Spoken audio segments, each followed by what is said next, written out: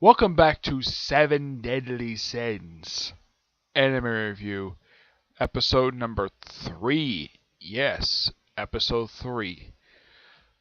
Yeah, I'm sorry it's taken a couple weeks to finish this up, but yeah, I finished up pretty much all the episodes aired so far for the second season of the Seven Deadly Sins series, which is called Revival of the Ten Commandments. Yeah, this season covers exactly a lot of chapters. It starts with chapter 101, and up until the most recent episode, which is episode 20, it covered like 80 chapters in just 20 episodes. Yeah, they adapt a lot of chapters per episode. I looked up basically for this episode. This episode adapted from chapters 176 to 180. So it finished up one arc and it started another one. Now, the way these arcs work is this. The first two episodes is post-Kingdom Infiltration. Episodes 2 through 5, which also starts up another arc, is the Aliban arc, which covers chapters 108 to 121. Then for episodes 5 to 14, this is particularly quite strange. Yeah, they adapt two arcs with this particular one. For episodes like 5 through 8, it's just the Ishtar arc, and then starting with episode 9, they start adapting the Ravens arc. Yeah, for some reason they thought it'd be a good idea to do this, and even Ishtar wrapped up like 2 episodes prior to the Raven did, and then Ravens wrapped up like roughly 2 episodes after Ishtar did. Ishtar in the manga covered chapters 122 to 137. Ravens is 138 to 150. The arc that I just wrapped up with this episode I just watched is the Grand Festival arc. It's a great fight festival arc which covers chapters 151 to 177. The current arc, which knows Defensive Battle for Leonis, which was a really good arc, I read the manga, was exciting too. This covered chapters 178 to 196. Excuse me. And this is where I am right now in the manga. Though I kind of already started reading the following arc, which is Memories of Holy War. That's the arc that I actually had to start reading. Now, in the case of post-Kingdom Infiltration, yeah, in these first couple episodes, the Sin of Lust, Gothor, went a little crazy with his powers and started like manipulating people. Remember, the Gula, I think her name is, the one of the Holy Knights, the one who apparently can walk around with her eyes closed. Oh yeah, and she's one of several different anime characters I've seen that actually have this particular thing. The only other characters I can think of that actually has this thing is Gin from Bleach, Brock from Pokemon. Yeah, he's nowhere to produce a lot. Mrs. Brief from Dragon Ball franchise. Yeah, her eyes are always closed, though she does open her eyes once. Well, I keep thinking though, is she squinting? Is she? Yeah, I don't know if they're squinting or something. It's really, really bizarre, to say the least. Yeah, though after this particular two-parter, Gilua herself is never seen again until the most recent arc, where she's seen working with Jericho's brother to arrest Gauthart to take him in jail because apparently he's a traitor. Yes.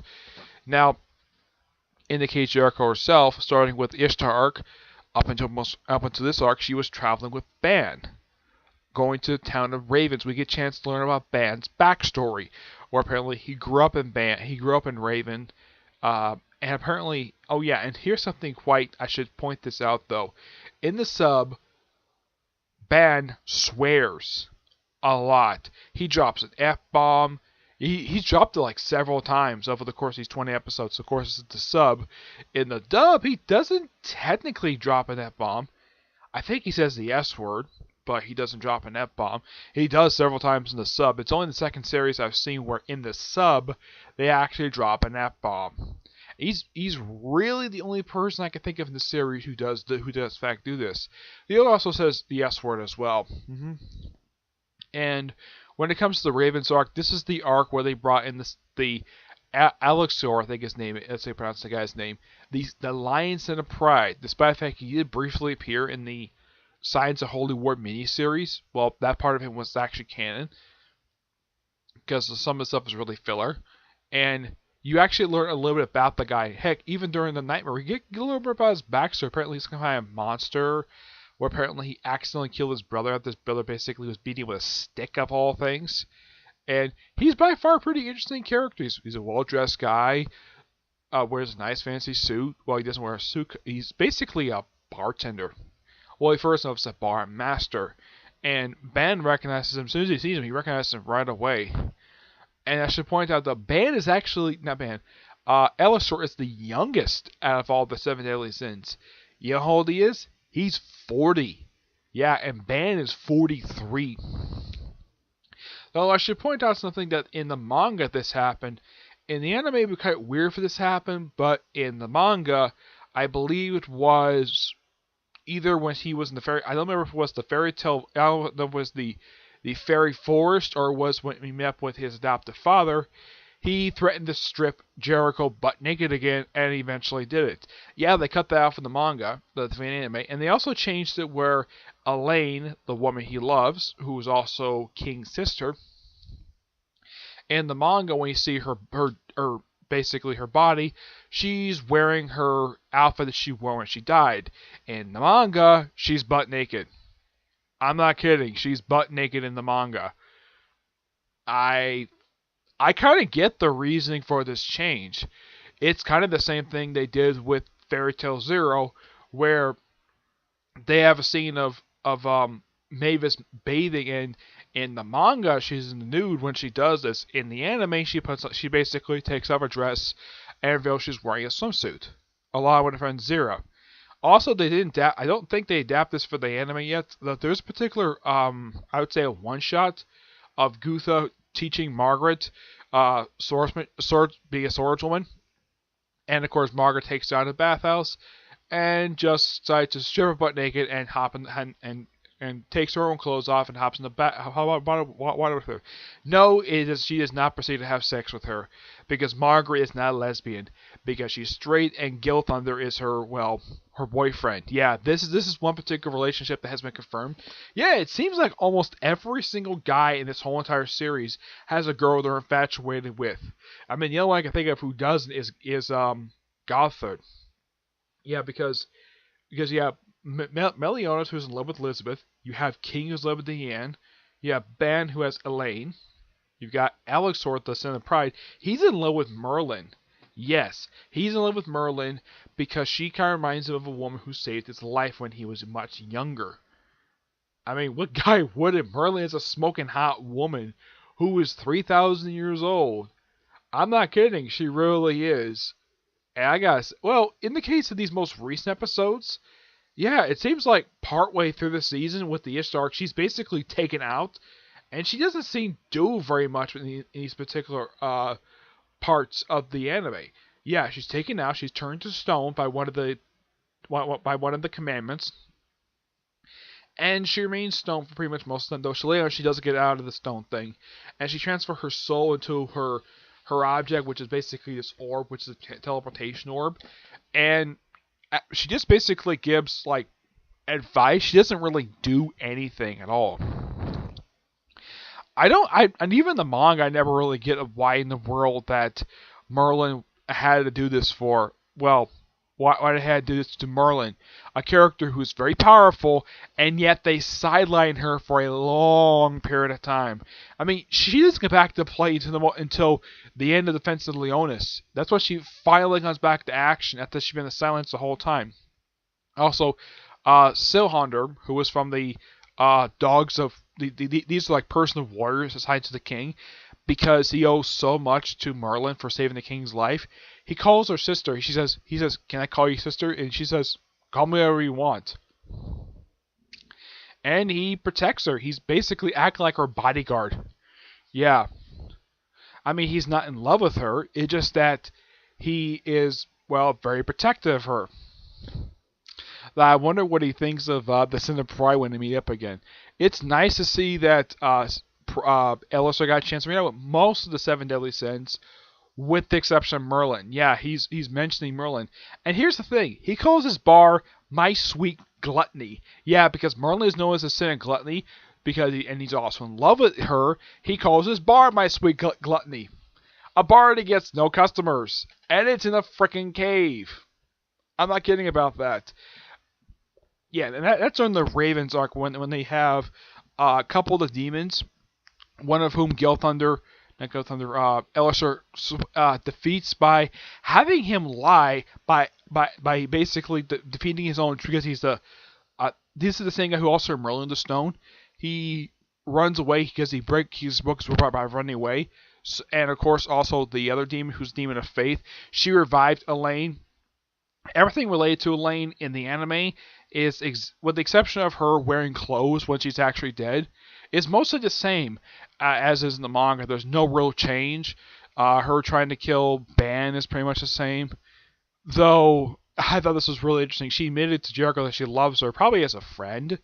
Yeah, but probably not in a sexual way. Because, well, even Jericho tells her that despite the fact she may be traveling with Ban, Ban has no interest in her sexually wise. He's more interested in her. And she even commented about her flat chest. Yeah, I'm like, really? This is by far the second anime this is probably like the second or third anime I've seen where women complain about their chest sizes. I'm not kidding. They do this in Naruto, they do this in Bleach, and now they do it in this series. I'm like, wow. Do these women have anything else to talk about besides their chest size? I mean, Merlin doesn't complain about her chest size. Oh no, she doesn't. Neither does Elizabeth. Yeah. And there's this really funny scene during the Grand Festival arc where this was just after Elaine and Elizabeth defeated their opponents, which they were assassins from a kingdom who was an ally of Leonis, and Ben and Matt Leonis were talking, and Elizabeth and Elaine were wondering, what are they talking about? And the viewers know, Meliodas is talking about Elizabeth, and Ban is talking about he's talking about Elaine. It's so hilarious. And they're occasionally look like they're trying to fight each other, and they end up defeating their opponents completely by accident. Heck, even the guy who's the referee, even he's shocked at how quickly he defeated their opponents. Like, they're like, huh, this guy's dead already? Yeah, and he's dead too. I guess, like, okay. Yeah, and then eventually two people who actually are in charge of this Grand Festival thing. One is a warrior from the Giant Clan who actually betrayed them. The other was the first king of the fairies. Yeah. And they don't properly explain. Now, they do mention that he supposedly died in battle with in the original Holy War 3,000 years prior. They don't explain the reasoning for his betrayal. Apparently, he betrayed the fairies. Excuse me. Apparently, Meliodas knows the reasoning for it, and according to the other guy who tries to kill Meliodas, though he kind of succeeds, he says that apparently Meliodas started the war 3,000 years ago. As for the reasoning for it, yeah, that's the weird thing about that particular time period, is that, okay, Meliodas is the one who started it. Fine. But why? At this point, no, he actually fell in love with the goddess Elizabeth. Yeah, and they also reveal at this point that Elizabeth is one of the many reincarnations of the goddess Elizabeth, and she's the most recent incarnation. Like, she's the 108th one. And in the last episode, Meliodas apparently dies, though he does come back. He's still alive in the manga right now, and she's apparently running Meliodas' bar now. She's serving drinks, and also what are the men doing? They're off fighting all the demons. Yep. Now in the sub I've been watching, because I watched this whole season dubbed, they actually refer to it by its sub name, which is known as Natsu no Tatsumi Asami no Fatusa. That's the name. That's the sub name for Seven Deadly Sins, Five Commandments. Yeah, for some reason, like for several episodes, they refer to it by the original sub name, and then later on that the subbers said, okay, we'll just refer to it as Seven Deadly Sins, even though that's what they're called in the dub. Yep. I don't have a problem with either the sub or dub. They're both really good, and at least the dub doesn't really cut anything out. I know that some studios have a reputation for doing that. Funimation does not have the reputation at all. They're known for having dubs be sounding really good and respecting the actual source material that these shows come from. I mean, the best example of this is DBZ, where they didn't cut out anything. There's no editing out blood scenes. There's no body disappearing like it was in the Ocean dub. Yeah, I heard about the Ocean dub. I've seen the image of it. It's really weird about that. But that's something another topic for another time. But this particular season so far has just been really good. It's a lot more pumping up on the action than it was in the previous season of the show. And this is mostly about the Ten Commandments, which are a group of demons, and there are at least two women part of the group. One, apparent, the only one I talk about, who's the one of Faith, who actually is defeated by Bon, and then later she's revived. And in the case the other one, get this, she used her power to cover up her breast. She used that dark power that apparently all demons have to cover up her chest, her lower body area, one leg, and her rear, like wrap around in one leg. And this woman practically walks around butt naked, and she is kind of in the way their version of Merlin. Yeah, because Merlin is a woman who has no problem walking around with very low clothing on. Which I noticed this in the when they do the animation for the opening theme. It seems like her shorts that she wears looks like it's getting thinner and thinner, to the point where it almost looks like it's gonna be a thong. Now, this particular season, like the last season, had two different theme songs. Yeah, I don't really know why in the world they can't keep one theme song. So in just all these episodes so far across 2 seasons and a mini-series, they've gone through roughly about 5 themes. Yes, 5 opening themes. Yep. For the second season, let's see.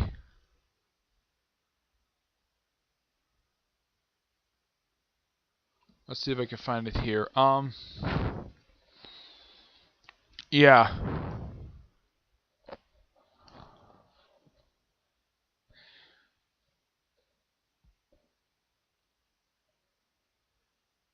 During the first season, the opening song was Spectrum of Passion, and the second half was Seven Deadly Sins.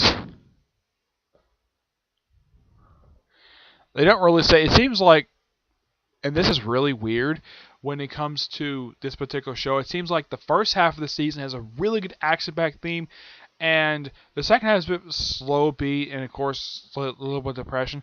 The second season kind of changed that a bit, where the first song they used was really amazing. The second one was so interesting as well, get people pumped up for the episode itself. I'm trying to think what else. This is just one overall really damn good season, and I gotta praise it for that. And Arthur surprisingly gets a lot to do. I think that for some reason in the manga they decided to give him more to do after he was introduced in the Kingdom Infiltration arc. So they gave him a lot to do, and they made him a waiter at the Boar Hut, along with Gil Thunder and Hauser. In case you wonder about the big bulky guy they chop around with, yeah, for some reason they're in the Ishtar arc, yeah, for some reason while he was training, he got turned into a child. Yeah, even this is never properly explained. Of how in the world this man turned into a child. Yeah, this man looks like he's about, I would say probably in his late 20s, early 30s. Yeah, all 3 of these guys look like they're about mid to late 20s. He's a big, bulky guy, and he turns into a child. As for the reasoning for this, the show, not even the manga bothered to explain why in the world this happened at all.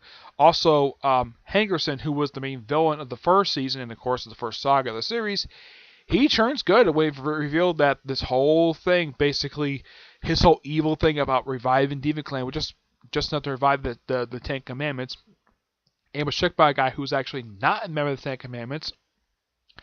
And it turns out that Galler is actually the actual member Oh, that's another part. And they also revealed that Meliodas was at one point the leader of the Seven Deadly Sins. As for his portrayal, they don't reveal that at all. Yeah, the anime doesn't bother to reveal that. Not even the manga reveals of why in the world he betrayed Demon Clan to turn the tide of the war. Yeah, there's just like certain things not been explained. At least in the case of Ban, they actually do explain a lot of stuff for him. Even King, they explain a lot of stuff for him. I would say Deanne, they do explain everything for him, for her. I would say the only character aside from Meliodas, they don't really explain a lot of him. I would say Elizabeth, there's still some about her that's not been thoroughly explored yet. Though they do reveal what happened during the 10 years prior, that the reasoning for Merlin trying to stopping Meliodas. Apparently, he tried to hurt a young Elizabeth, and it's also revealed that he's the one who brought Elizabeth to the King of Meliodas in the first place, and he referred to as his woman. And then, like 16 years later, he falls in love with her. Yeah, just like Liz. And here's something really weird. They're both Liz. There is a couple things that Liz and Elizabeth in common. One, they're both taller than Meliodas, and two, they both get frequently groped by him. Yeah, he does frequently grope her a lot, and apparently he did the same thing to Liz. I wonder if he did it to all the other women who would name Elizabeth or Liz. I wonder if he did it as well. Yeah, but I haven't read that far in the manga yet. I'm only about 73 chapters away from getting the manga up to date. I do have a couple more books on the way from the library, so I'll read those and see if I can get further than that. But yeah, otherwise though, great season overall so far. And starting with episode 5, not episode 4, episode 5, it will be starting a review of the last 4 episodes of this season before the series goes on hiatus again. The next episode is going to be on the 2 OVAs the series had. And that'll be discussed next episode, which I'll probably do a review of that probably tomorrow. But until I see you in the next video, bye.